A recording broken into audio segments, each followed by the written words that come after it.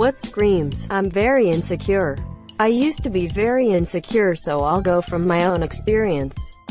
Lying about something to seem cool. It's very obviously a signal of insecurity because they don't like who they are now. I used to be this way. I got it from my mother. It evolved into pathological lying, where I would get so invested in a lie that I would eventually end up believing it and it would become my reality. In hindsight, that shit is horrifying. It's a serious mental disorder. A decade of therapy later, I snapped out of it and realized that I was acting like a fucking wet wipe on a regular basis and cut that shit out. Being unnecessarily mean-spirited to people. Had a guy threatening to kick the shit out of me if I told anyone he was dyslexic. One-upping people constantly in conversations. Or bragging about how much better you can do something than others can. Which is a much better comment than yours was. When you're reading an AskReddit thread to make sure you're not making it too obvious. Bragging about things not even in your control, like your parents' wealth. Man, I brag about my depression all the time. The more you talk about how good you're in bed and how many women you've fucked, the less I believe you. I am terrible in bed and have fucked a grand total of 0 women. Well, you must be a sex god. He hasn't heard any complaints yet. Just not shutting up about yourself. Constantly lifting yourself up and comparing yourself to others, while pushing them down. Also, constantly putting yourself down and comparing yourself to others. All those people who post on Facebook those quotes that are like, "Don't worry about those who talk behind your back. They're behind you for a reason." Or they tag themselves into any and every place including the docks, hospital, somewhere personal. Then when someone asks if they're okay they reply with, "Don't ask Han Soksix." So basically, people who live their lives through very active social medias, I suppose I'm trying to say. People who always have to one-up you in everything. If you tell a story they have a better one. If you buy something expensive they have to be something even more expensive. Some people's whole life is trying to win some non-existent competition. Oh, you went to Tenerife. Well, I went to El Venerife. You got cholera. Well, I got Yersinia pestis. I beat you both. I died. Edit. I am getting concerns about my well-being. I want you all to know that regardless of what the doctors say, I am planning on making a full recovery. People who feel the need to judge everyone in a negative light and who only want to see the worst in others so they can feel better about themselves. It just shows how unhappy they truly are. Ironically, people like this also feel like they are judged unfairly and constantly by the world. I found that a lot of people on Twitter that feel the need to post about how great of a person they are and they have nothing but good intentions are usually the most toxic people I've seen. Banning Winnie the Pooh because someone said you looked like him. Incapable of self-reflection. Because they're vampires. Because they forgot to install the bathroom mirror. Because they're blind. BF, alright, I am going to work babe. GF, you better not be fucking with bitches at work. That's like screaming, "I'm the one cheating." Quote. For real. I had a friend who had to stop hanging out with her guy friend because his wife accused the friend of wanting to fuck the husband. Note that both couples were married. So the friend who got shunned was really sad and confused. Turns out the suspicious wife had fucked 9 other men. Who would it thunk? Hey, I have friend whose husband thought she and I were having an affair. I'm straight and a female. Turns out he is gay. Funny story. A few years ago my husband and I were sharing a car. One day I noticed a note under the windshield wiper that said something like, "You're cute. Call or text me." Phone number. We thought it was funny that we didn't know who the note was intended for since we had both been driving the car. My BIL's, now ex-girlfriend, heard us talking about it and said, if I ever found a note like that on BIL's car, I'd be so pissed. I'd probably call her and cuss her out. Okay, yay. Totally reasonable reaction. trying to dominate conversations, not to be confused with just being a charismatic person. I know a guy who will talk forever, on and on about something that may or may not be interesting to anyone but him in the first place.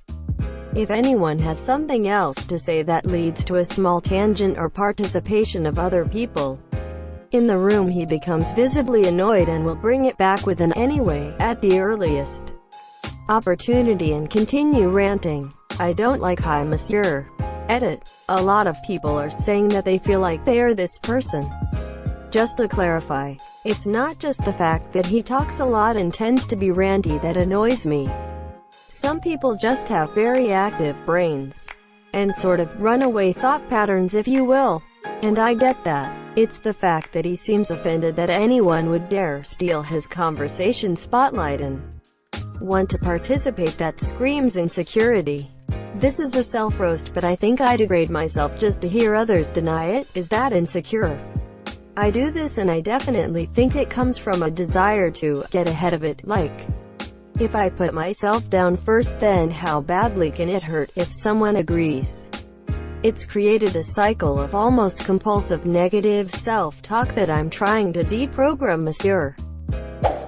I do this daily. Example: constantly referring to myself as a piece of shit, apologizing, calling out my stupidity, regularly mentioning my lack of any discernible talents, routinely thanking people for putting up with my bullshit, i.e. if I make a small mistake or something at work.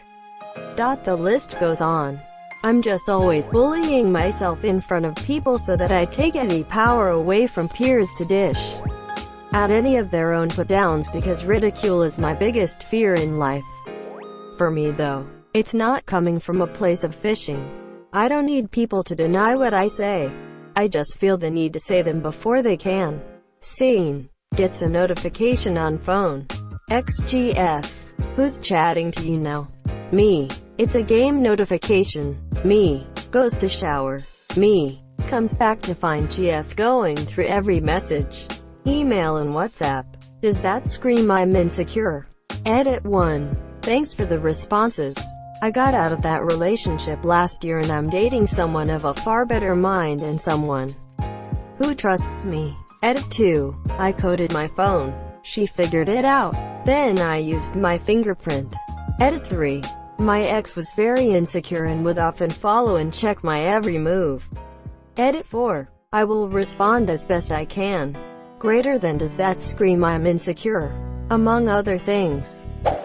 Like possibly sadistic, or maybe the common description of crazy that one is advised not to stick their pepe in.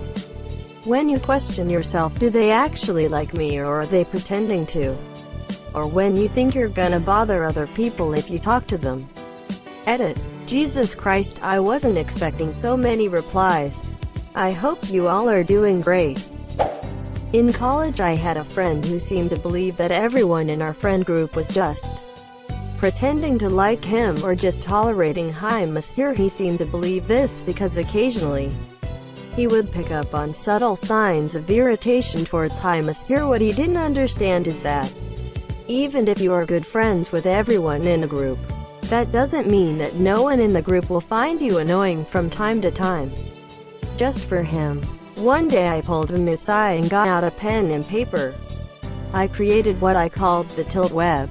I wrote everyone in this friend group's name on the paper, forming a circle of names. Then I proceeded to draw arrows between names. I said each arrow represents that the person who the arrow is pointing to is sometimes slightly annoyed by the person the arrow is drawn from. Monsieur, all 10 people on the group except one had it. Least one arrow to and at least one arrow from the monsieur. The problem with this kind of insecurity is that they won't believe someone if they're simply told that they are fine. They understand that if someone doesn't really care about them, it's still a lot easier to tell them that they are fine, even if they aren't. Now that we have both graduated, he mentioned that he hasn't forgotten me drawing that web and that it was a lot more meaningful to him than me just telling him that he is fine. Women that guard their men like a solitaire. I was leaving an abusive relationship. My friend offered me a place to stay. The hitch was if she wasn't there and just her husband was, I had to leave. I got a hotel room. Not dealing with that. That is just you. People whose self-esteem is so low that they can't stand the sight of people with high self-esteem.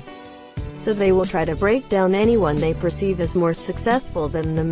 When a group of this type of people comes together, a major crab bucket mentality arises and they will target people perceived as highly competent or successful for bullying, gossip, false rumors, and other things that should have been wiped out after elementary school. Oof, you just described one of my coworkers. So glad she transferred to another department. Clicking on this post to see if any of the top comments are things you do. It's nice to confirm I am not a total piece of shit. If I am, how can I improve as a person? Think about how complex your life is. Then remind yourself that everyone else's lives are just as complex. Even if you haven't all been through the same stuff, you all have individual experiences that add up to making you behave a particular way.